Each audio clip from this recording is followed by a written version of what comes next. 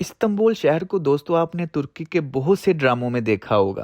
باسفورس کی لہریں، گلاٹا ٹاور، دو کانٹیننٹس کو ملانے والا برج، محلوں کی رنگینیاں وغیرہ وغیرہ۔ لیکن کبھی آپ نے غور کیا ہے کہ ان مقامات کو دکھاتے ہوئے جو ان کے ساتھ ہی مسجدیں بنی ہوئی ہیں وہ کیوں فریم میں نظر نہیں آتی؟ جبکہ آپ حقیقی لائف میں استنبول جائیں اور ہر فیمس پوائنٹ پہ آپ کو کوئی نہ کوئی مسجد نظر آ جائے گی۔ استنبول کو مسجدوں کا شہر بھی کہتے ہیں۔ یہاں پہ 3500 سے زائد مساجد ہیں، ہر گلی میں آپ کو مسجد نظر آ جائے گی، یعنی ہر دوسری گلی میں مسجد۔ جیسے کہ یہ دیکھیں، چھوٹی سی ایک مسجد ہے، لیکن سیڈ ریئلٹی یہ ہے کہ پاکستان کی طرح یہ مسجدیں بھرتی صرف جمعے والے دن نہیں ہیں، اور بازار ہمیشہ بھرے رہتے ہیں۔ یہ آپ دیکھ سکتے ہیں، ہم سمندر کے کنارے پہ ہیں اور یہیں سے نظر آ رہی ہیں کوئی 8-9 مسجدیں اکٹھی نظر آ رہی ہیں۔ اسے پہاڑوں کا شہر بھی کہتے ہیں۔ آپ جہاں مرضی کھڑے ہو جائیں، ہر پہاڑ کے اوپر آپ کو بلند و برتر اعلیٰ قسم کی درجنوں مساجد نظر آ جائیں گی۔ لیکن ایسا کیوں ہے کہ ڈراماز کے فریم میں استنبول کی تاریخ کا یہ رخ کبھی نظر ہی نہیں آتا؟ فار ایگزامپل پہلی مثال دیکھیں یہ تقسیم اسکوائر کی۔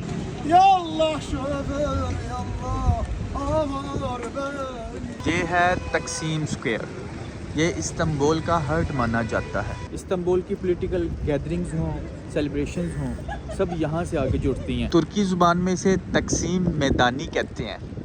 عثمانی دور میں یہ علاقہ شہر کو پانی فراہم کرنے کے نظام کا حصہ تھا۔ یہ جو لفظ تقسیم ہے نا، اس کا مطلب ہی پانی کی تقسیم سے جڑا ہوا ہے۔ آپ نے بہت سے ڈراموں میں یہ تقسیم اسکوائر دیکھا ہوگا، شاپنگ کرتی ہوئی لڑکیاں دیکھی ہوں گی، لوگوں کا ہجوم وغیرہ وغیرہ۔ لیکن اسی تقسیم اسکوائر استنبول کے دل، اس کے اوپر ایک بنی شاندار مسجد جس کا نام ہی تقسیم ماسک ہے، اسے کبھی کیوں نہیں دکھایا گیا؟ کیونکہ یہ مسجد 150 سال کی جدوجہد ہے اور مسلمان ورسز سیکولرز اور لبرلز کی داستان ہے۔ تقسیم اسکوائر کے ساتھ ایک مسجد ہے جسے اکثر لوگ اگنور کر دیتے ہیں۔ یہ سلسلہ سلطان عبدالحمید سیکنڈ کے دور میں شروع ہوا۔ اس وقت تقسیم کے قریب بہت سے چرچز اور مغربی سٹائل کی بلڈنگز بن رہی تھیں، کیفیز، یہ وہ وغیرہ وغیرہ۔ سلطان چاہتے تھے کہ اس جگہ پر ایک مسجد بھی بنے تاکہ اسلامک آئیڈینٹی بھی نظر آئے۔ اور جب 1923-24 میں خلافت ختم کر دی گئی اور مصطفیٰ کمال اتا ترک نے ماڈرن ریپبلک بنائی تو تقسیم اسکوائر کو ماڈرن اور سیکولر ترکی کا سمبل بنا دیا گیا۔ وہاں ریپبلک مونومنٹ بنایا گیا۔ اس دور میں وہاں پر مسجد بنانے کا خیال ہی ایک بغاوت سمجھا جاتا تھا۔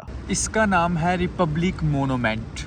یہ 1928 میں بنا اور یہ ماڈرن ترکی کے بانی مصطفیٰ کمال اتا ترک کو ڈیڈیکیٹ ہے۔ تقسیم کو صرف ڈانس ہالز، سینماز اور ہوٹلز کے لیے مخصوص کر دیا گیا۔ پھر 1952 میں پہلی بار ایک تقسیم ماسک بلڈنگ ایسوسی ایشن بنی، لیکن حکومت نے اجازت نہیں دی، آف کورس سیکولرز کے پریشر کی وجہ سے۔ اس کے بعد 1980 میں ترکی کے پرائم منسٹر تورگت اوزل نے کوشش کی، لیکن کونسل آف اسٹیٹ یعنی عدالت نے یہ کہہ کر روک دیا کہ یہ پبلک انٹرسٹ کے خلاف ہے، یعنی پبلک ہی نہیں چاہتی کہ یہاں مسجد بنے۔ کیوں؟ کیونکہ وہ خود کو مسلمان تو کلیم کرتی ہے، لیکن زندگی اپنی ساری مغرب کو دیکھ کے گزار رہی ہے۔ ٹرننگ پوائنٹ تب آیا جب طیب اردگن استنبول کے میئر بنے 1994 میں۔ تب انہوں نے وعدہ کیا کہ میں یہاں مسجد بنواؤں گا، مگر اس وقت کی سیکولر اسٹیبلشمنٹ اور آرمی نے انہیں ایسا کرنے سے روک دیا۔ اب چونکہ یہ بات مسلمان ورسز سیکولرز لبرلز ہو چکی تھی تو یہ بات بڑھتی رہی اور آخرکار 2013 میں ایک بہت بڑا پروٹیسٹ ہوا۔ اس احتجاج کا نام غازی پارک پروٹیسٹ ہے۔ اوپوننٹس نے کہا کہ یہ سیکولر اسکیئر ہی رہنا چاہیے اور یہاں مسجد کی کوئی ضرورت نہیں۔ یہ معاملہ مزید سینسٹیو ہوتا گیا، لیکن آخرکار ساری قانونی رکاوٹوں کو ختم کرنے کے بعد 2017 میں مسجد کا کام شروع ہو گیا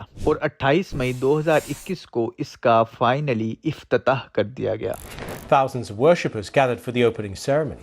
The mosque sits in Taksim Square next to a public space traditionally seen. Seculars اور لبرلز نے زور تو لگایا، لیکن آخرکار 2017 میں اس کی تعمیر شروع ہو گئی۔ فائنلی 28 مئی 2021 کو نماز جمعہ کے وقت اسے نمازیوں کے لیے اوپن کر دیا گیا اور اس میں ترک صدر نے بھی شمولیت حاصل کی تھی۔ تو اب آپ کو بات سمجھ آئے گی کہ ڈراماز میں شارٹس ایسے لیے جاتے ہیں کہ جس میں یہ مسجد نظر نہ آئے، جبکہ حقیقی لائف میں جیسے ہی آپ تقسیم اسکوائر جاتے ہیں تو پہلی نظر ہی اس بڑی مسجد پہ پڑتی ہے۔ آپ نے وہ دو براعظموں کو ملانے والا پل بھی بہت سے ڈراموں میں دیکھا ہوگا، بہت سے شارٹس دیکھے ہوں گے، لیکن اس کے ساتھ ہی ایک بہت بڑی عظیم الشان مسجد ہے، وہ نہیں نظر آتی۔ اصل میں ان ترکی کے ڈراموں کا اصل مقصد ہی ترکی کے لوگوں کو ان کی اصل سے دور کرنا ہے۔ اور اصل کیا ہے کہ تمہارے آباء و اجداد نے سینکڑوں سال اس دنیا پہ حکومت کی ہے، عظیم الشان سلطنت چلائی ہے، مگر مغرب یہ چاہتا ہے کہ ترکی کے لوگ یہ بھول جائیں اور ان کو ڈراموں فلموں میں اور پیار محبت عشق مشوقی میں الجھائے رکھو۔ ترکی کو جب میں دیکھتا ہوں تو مجھے پاکستان جیسا ہی لگتا ہے، کیونکہ پاکستان میں بھی مسلمانوں نے سینکڑوں سال عظیم الشان سلطنت چلائی ہے،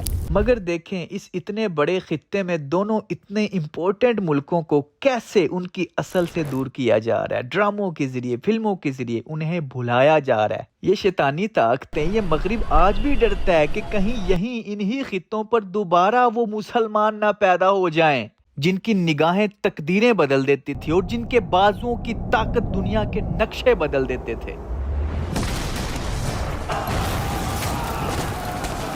یہی وجہ ہے کہ وہ ڈراموں کے ذریعے ہماری ماؤں کو ہی صرف عشق مشوقی رومانس سکھا رہے ہیں، تاکہ کہیں دوبارہ سے صلاح الدین ایوبی جیسے مسلمان بچے پیدا نہ ہونے شروع ہو جائیں۔ ان شیطانی طاقتوں کو پتہ ہے کہ ایسے مضبوط مسلمانوں کو ہرانا ناممکن ہے، اس لیے ایسے مسلمان پیدا ہی نہ ہونے دو۔ اس کا ایک ہی طریقہ ہے کہ ان کی ماؤں کو وہی پیار محبت عشق مشوقی گھر گرہستی ساس بہو لڑائی جھگڑوں میں الجھائے رکھو۔ نہیں یقین آ رہا؟ ذرا یہ مشہوری چیک کرو۔ فسانہ پیار کا دیکھیے رمضان اسپیشل سیریز فسانہ مارٹ کا بہت جلد۔ واو، رمضان اسپیشل ڈرامہ ہے جس میں لڑکے لڑکیوں کو عشق مشوقی پیار محبت یہ دوستانے سکھائے جائیں گے۔ بس اے ماؤں، اے لڑکیوں، اے لڑکوں، روزہ رکھو، لیکن روزہ رکھ کے سارا دن یہ رمضان اسپیشل شوز دیکھو۔ یہ انڈسٹری والے یہ چیزیں تبھی بیچ رہے ہیں کیونکہ ہماری عوام یہ چیزیں خرید رہی ہے، یہ چاہتی ہے۔ ڈائریکٹلی آپ کو یہ نمازیں روزے پڑھنے سے، عمرے حج کرنے سے نہیں روکتے، یہ ملاوٹ کرتے ہیں، یہ آپ کو اصل مسلمان ہونے سے روکتے ہیں۔ اور اصل مسلمان کیا ہے؟ میری زندگی کا مقصد تیرے دین کی سرفرازی، میں اسی لیے مسلمان، میں اسی لیے نمازی۔ یہ شیطانی طاقتیں آپ کو عبادتیں کرنے سے نہیں روکتی، اللہ کا دین، اللہ کا قانون نافذ کرنے سے روکتی ہیں۔ اور آج دیکھو دنیا میں 2 ارب سے زیادہ مسلمان ہیں، ہر جگہ پہ عبادتیں ہو رہی ہیں، لیکن اللہ کا قانون کہاں پہ نافذ ہے یہ تو دکھاؤ۔